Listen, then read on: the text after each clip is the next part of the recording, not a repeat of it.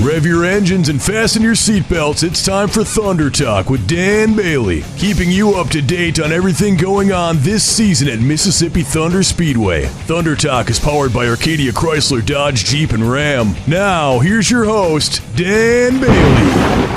Welcome back to another edition of Thunder Talk. I'm Dan Bailey. Hey, this week we get to talk with one of our Horner racers who is on a hot streak. I am not overstating this at all. 4 nights out this year, already 3 feature wins at Mississippi Thunder Speedway. I'd like to welcome to Thunder Talk this week Brandon Gleiter, driver of the number 20. Brandon, welcome to the program. Thanks for having me, Dan. Brandon, you are on fire, dude. Man, you're having a great start to this 2021 season. Is this the sort of, I know this is the sort of start you want, but is this the sort of start to the season that you had expected coming into the year? No, it really wasn't. The year kind of started off kind of bad at the other tracks I went to and figured some stuff out, and it's really worked at Fulton City. Yeah, let's back the time machine up a bit, because much earlier this year, you took what many local dirt track racers would consider to be the trip of a lifetime. You went down to Bristol Motor Speedway, which is where the big shots on TV race. They covered it with dirt. You got to take your Hornet down there and have some fun. Unfortunately, it didn't turn out to be quite as much fun as you had hoped. So tell us all about that Bristol experience. Yeah, the opportunity came up. I got picked to go down there. You had to sign up. They only took 200 entries, and I got picked to go down there, so I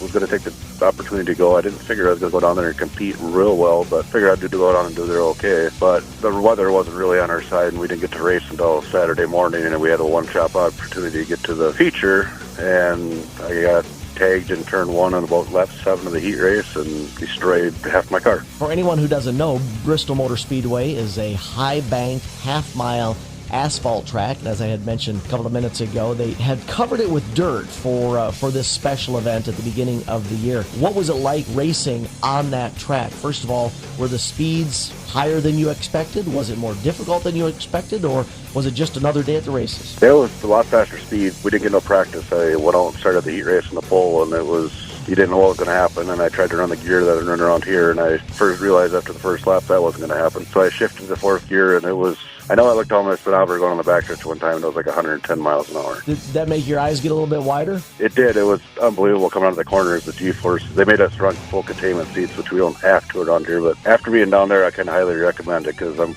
really glad I had a full containment seat, something to hold my head. Tell us about the incident that you had. What did it feel like actually bending up the machine at a speed like that? I got hit. I got hit in the left corner, and how banked the track is, it sends you straight to the bottom, and they had made these dirtles, they called them. They were humps of dirt that looked like turtle shells, so you didn't run the apron. And my right front caught that, and I honestly don't know what happened. I was facing the other direction when I came to a stop, and the car was sitting on the ground and smoking. Everything happened pretty quick, huh? Very fast. So the reason why I wanted to talk about that bad luck that you had at Bristol is because you bent up the machine, and now tell us what you did to the machine after you bent it up, because now that thing is a screaming eagle, and you're picking off feature wins right and left. I had all the parts with me when I was in Bristol to fix the right front, just because I was worried something like that would happen. But we didn't have the opportunity to fix it, so I came back home, I unloaded it, replaced everything in the right front, made a few adjustments, and I'm running the same tires I did in Bristol, the same offset that I had tried down there, which I didn't really get an opportunity to see how they work. And first week I went to Cedar Lake Speedway, and they worked there, so that's what I stayed with, and I'm not changing a thing right now. Yeah, you and I were kind of joking about that in Victory Lane last Friday night when you won the Redneck 100 special event at Mississippi Thunder Speedway. You bent up the car, and aside from just fixing the broken parts, you haven't really done much to it, and here you are winning features. So whatever you bent to the exact perfect condition, because now that car is running great. I haven't even changed the spark plug since last year,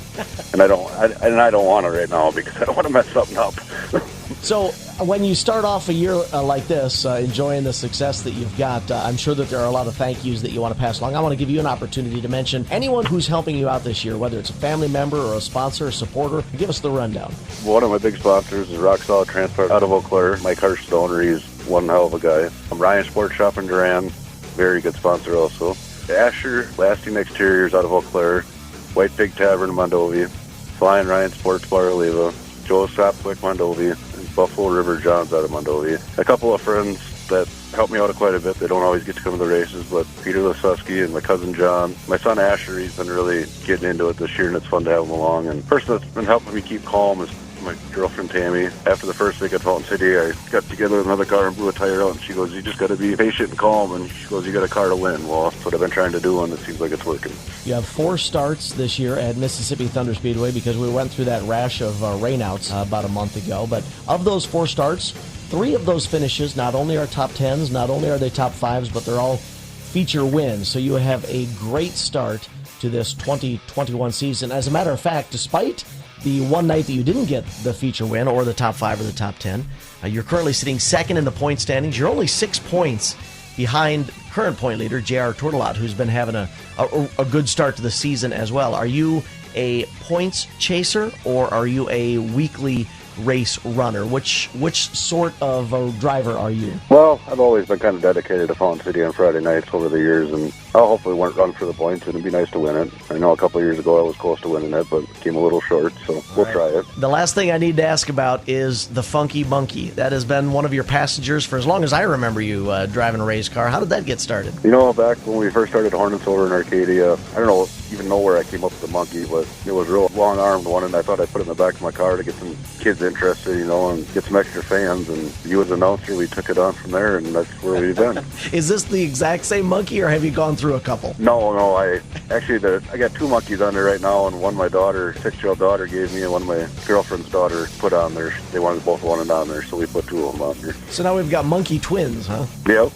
All right. Well, Brandon, you're having a great start, as I said a couple of times already, to this 2021 season. Congratulations not only on last Friday night's win, but on the other 2 this season already as well. And best of luck through the remainder of this 2021 season. Thank you very much for joining us this week on Thunder Talk. Thank you for having me, Dan. Hey, race fans, don't forget this Friday night at Mississippi Thunder Speedway is Severson Oil Night. Severson Oil has been a great supporter of dirt track racing in the local area for years and years and years. And now's an opportunity for you to come out to the track and enjoy Severson Oil Night at Mississippi Thunder Speedway. Not only will Severson Oil be there as part of Severson Oil Night, but it is also another one of the MTS Free County Fans Nights. That means that if you can show proof of residence, such as a driver's license, that you live in either Jackson County, Wisconsin, Alameda County, Iowa, or Winona County, Minnesota, you will get into the grandstands absolutely free with MTS Free County Fans Night. Again, Jackson County, Wisconsin, Winona County, Minnesota, or Alameda County, Iowa. If you show your proof of residence, you're welcomed into the grandstands absolutely free. That is this Friday night at Mississippi Thunder Speedway. You can get all the details by following their social media efforts on all the platforms. And don't forget about their official website,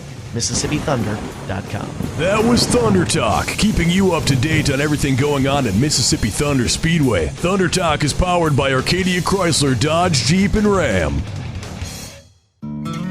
You ever notice that when you're on a fishing trip, you drive your boat all the way to the other side of the lake because you think that's where the best fishing is?